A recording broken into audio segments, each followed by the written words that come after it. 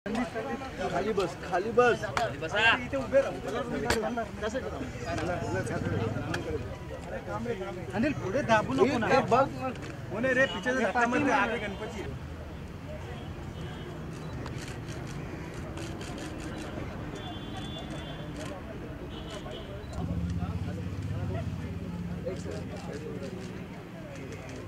आता तुमच्यातला कोणी कॅमेरा कोणाला एकाला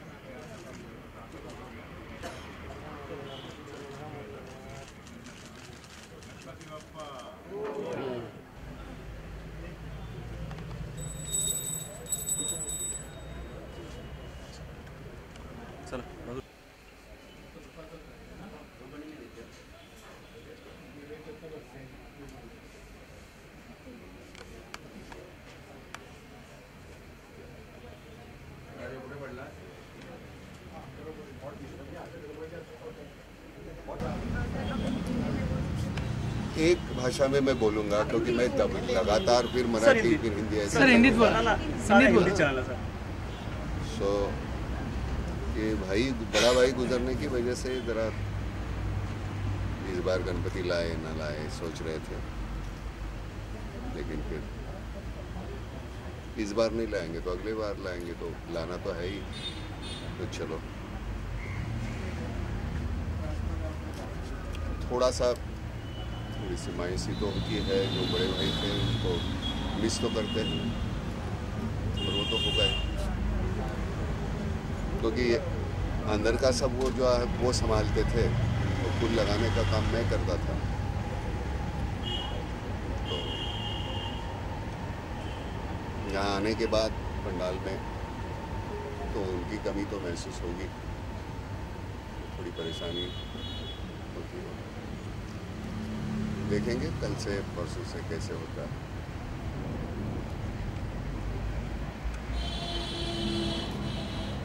ये तो बड़ी धूमधाम से चलता है सब कुछ, शहनाई बजती है ये है, लेकिन इस बार और काफ़ी एक मतलब सिर्फ बड़े भाई नहीं, एक दूसरे भाई समान। दूसरा हमारा एक दोस्त था, एक दिन ये गुजरे, दूसरे दिन वो गुजर गए, तो बाहर वो काम करते थे मेरे साथ फूल लगाने का, भाई अंदर करता था, तो वो थोड़ा सा तकलीफ हो रही है। नाना जी, हम आपकी तकलीफ समझ सकते हैं, लेकिन जैसे आप तकलीफ में हैं वैसे महाराष्ट्र भी तकलीफ में है। आपकी नाम फाउंडेशन ने जो काम किया उसके बारे में आप कुछ बताना चाहेंगे? तो इसके नाम फाउंडेशन का काम तो वो चलते रहेगा, वो कभी ख़त्म नहीं होने वाला है, क्योंकि जिस तरह की तकलीफ़ें हैं, कभी बारिश नहीं है, कभी ज़्यादा बारिश है, कभी बारिश है फिर एक बार बोने के बाद फिर ये नहीं आ रहा, दोबारा बारिश नहीं हो रही है, तो वो दोबारा करने की बोना पड़ता है, तो उसके लिए पैसे नहीं है।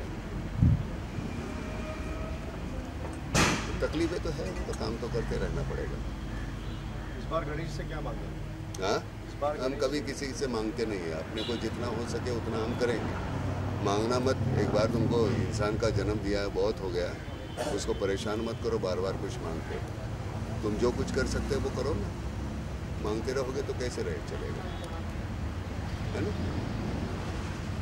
ये हमारी जो आदत है सिर्फ मांगते रहने की, हमें ताकत है बहुत कुछ देने की, हम देने की सोचते ही नहीं, मांगते रहते हैं। तो क्यों मांगे भाई? अपने बलबूते पे बहुत कुछ कर सकते हैं, वो करते रहे। एक फक्त प्रश्न विचारायचा है कि अभी पूरे महाराष्ट्र में आंदोलन चल रहे हैं, जगह जगह पे बहुत बड़ी रैलीज हो रही है और लोगों का उसको बहुत प्रतिसाद भी मिल रहा है, लाखों लोग आ रहे हैं मराठा आरक्षण के लिए। आपको लगता है कि ये जो रैलीज है लोगों के मन में बहुत एक एंगर है, जो कोपड़ी में भी जो हुआ था उसके बारे में? भाई देखो, मैं जिसके ऊपर अन्याय होता है उसकी कोई जात नहीं होती, अन्याय करने वाला है उसकी कोई जात नहीं है। मैंने कभी जात धर्म माना नहीं है, लेकिन जो भी कोई गुनाहगार है उनको कड़ी से कड़ी सज़ा होनी चाहिए, वो कोई जात धर्म के हो, वो होनी चाहिए, और जितने जल्दी हो सके। नहीं तो क्या होता है, सालों साल गुजरते रहते हैं, उनको कोई सज़ा नहीं होती, गुजर जाते हैं। जिनके ऊपर अन्याय हुआ बेचारे राह देखते रहते हैं कि कब होगा, आज होगा, कल होगा, परसों होगा। तो मुझे लगता है कि ऐसे केसेस हैं उनका हल जल्दी होना चाहिए, जितना जल्दी हो सके उतना निर्णय होना चाहिए। रही बात रैली की, मैं नहीं जानता, असंतोष तो होगा, जिस तरह से होता है वो मराठा है, दलित है, ब्राह्मण है, किसी पर भी जो अन्याय है तो अन्याय है। वो तो ऐसे थोड़ी है कि नहीं इसके ऊपर ज़्यादा, इसके ऊपर कम, ऐसा नहीं सोच सकते।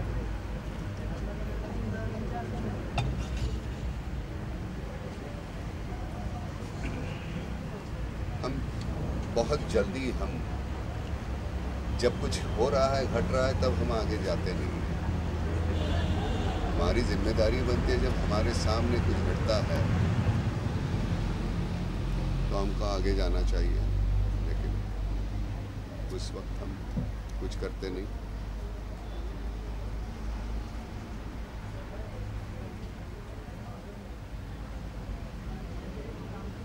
हमें एट्रॉसिटी का जो है नहीं, ये कायदा रद्द होना चाहिए, नहीं होना चाहिए। सीधी सी बात है, हमारे यहाँ अभी अंदर जाके देखोगे वो मोदक जो है, जो मुसलमान बैठी है वो हमारे यहाँ सामने जब झोपड़पट्टी थी वहाँ रहती थी, वो बना रही है। कौन से धर्म का है, जात का है, मैं नहीं जानता, और ना तो आज तक आपने मुझे कभी मेरी जात नहीं पूछी, मैं कौन हूँ,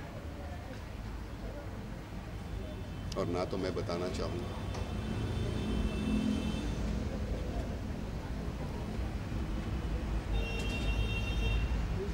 भटक जाते हैं हम, मालूम नहीं क्या सियासतदान जो है हमारे मेमने की तरह हमको फटकारते रहते हैं। हम यहाँ भाग रहे हैं, फिर यहाँ भाग रहे हैं, यहाँ भाग रहे हैं।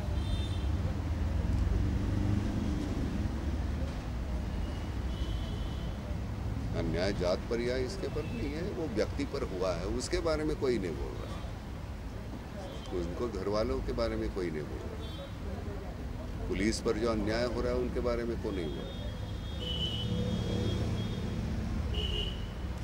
बदतमीजी इतनी बढ़ने लगी है,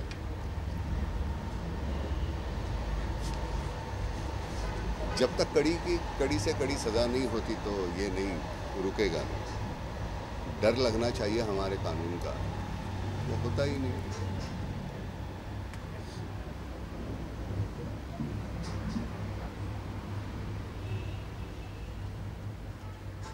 गणेशोत्सव साजरा करण्याच्या पद्धती अजूनही भडकपणा खूप आहे। यावर्षी सुद्धा आपण त्याच ट्रॅफिकच्या समस्या आणि त्याच सगळ्या गुंडगिरी आणि त्याच सगळ्या आरेरावीला सामोरं मला सण आला की आता भीती वाटते, नाही कुठला अघटित होईल का, कुठं काय होईल का। सणाला किती आनंदी छान असावं, म्हणजे आता इतकं वाईट काहीतरी घडलेलं असताना सुद्धा आपण आणूया गणपती, त्यानिमित्तानं सगळे भेटतील, आपण बोलू, सुखदुःख आपले एकमेकांची वाटायची असतात। माहिती नसतं वर्षभरात कोणाच्या घरामध्ये काय झालेलं आहे।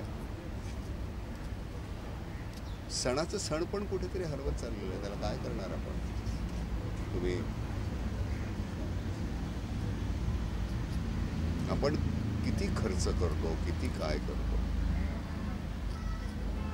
आपल्या आजूबाजूला जे काहीतरी घडतंय त्याचा आपल्यावर काही परिणाम होतो की नाही माणूस म्हणून मला माहिती नाही। आपण असं काय होत चाललेलं आहोत,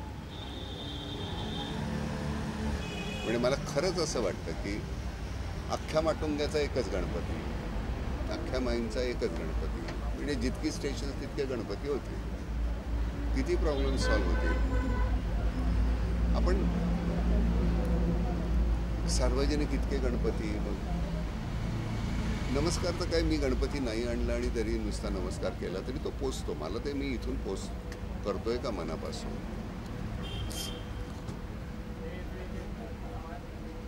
आपण असे देव वाटून घेतलेत सगळे, हा तुमचा, हा माझा, तसे आमचे सगळेच इतिहासातले सगळ्यात मोठ्या व्यक्ती आम्ही वाटून घेतल्या।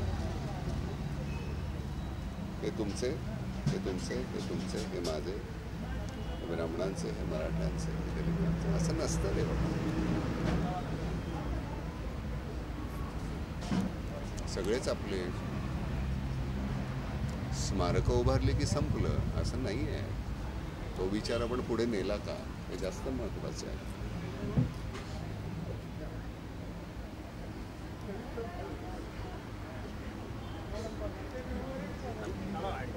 ॲट्रॉसिटी कायदा रद्द करण्याची मागणी होती मुळामध्ये माझ्या मनामध्येच मी तुला आता कुठल्या जातीवरनं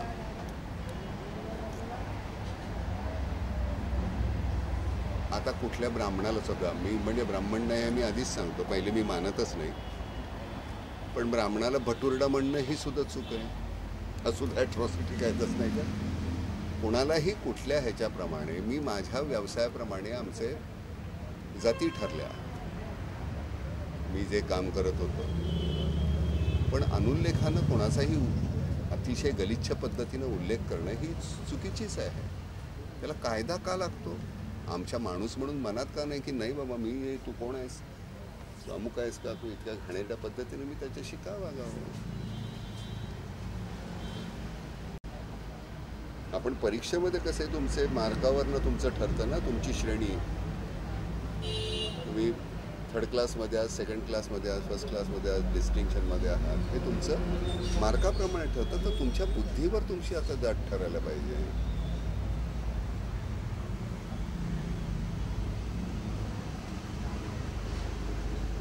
पण आपल्याकडे काय बरं, कायदे करून कित्येक कायदे असे की ते करून सुद्धा त्याचा काही उपयोगच नाही आहे. त्यामुळे ते कायदा रद्द करणं काय आणि असणं काय आणि काय काय होतं आहे. आम्हाला जे करायचं ते करतोच आम्ही. एकटा दुकट्या पोलिसावर कशीही गाडी चालवतो. आता काल मी गाडी चालवत जात असताना अंधेरीला ज्या पद्धतीनं काही मुलं त्या मोटरसायकल ज्या चालवत होत्या, पण तुम्ही तर मरणारच, त्याच्याबरोबर तुम्हाला अजून कोणीतरी मरेल.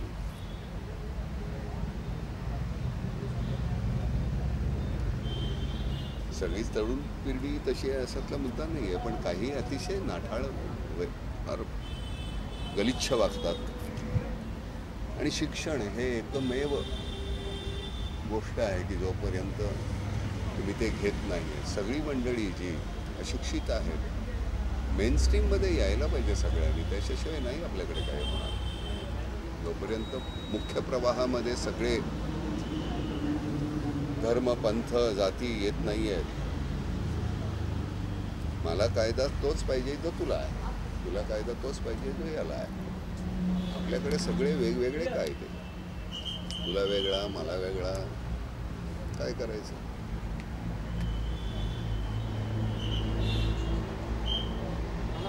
विसंगती खूप झालेली आहे आपल्या ह्याच्यामध्ये. काय नाम फाउंडेशनच्या कामाबद्दल अनेक ठिकाणी नद्यांचं खोलीकरण झालं किंवा निधी दिला, तर लोकांचा फीडबॅक कसा आहे, कशा पद्धतीने काम नाही खूपच छान झालं. म्हणजे आता काम छान झालं, आपण त्याच्यासाठीच करत होतो, ते चांगलंच व्हावं म्हणून. त्यातून जे पाणी तिथे झिरपलेलं आणि त्या आता किती दिवस चालेल, वर्ष चालेल, 1.5 वर्ष चालेल, 2 वर्ष चालेल, विहिरींना पाणी लागलं, पण तीच उद्दिष्ट आहेत, त्यामुळे ती करत राहायची.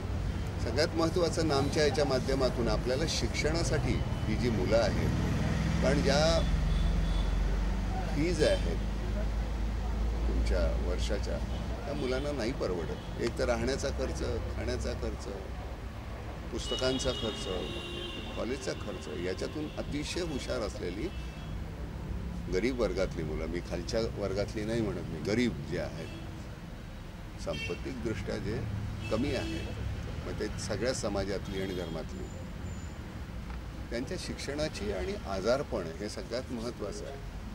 औषधं इतकी महाग आहेत आणि आपण ब्रँडेड सगळी औषधं आपण घेत राहतो,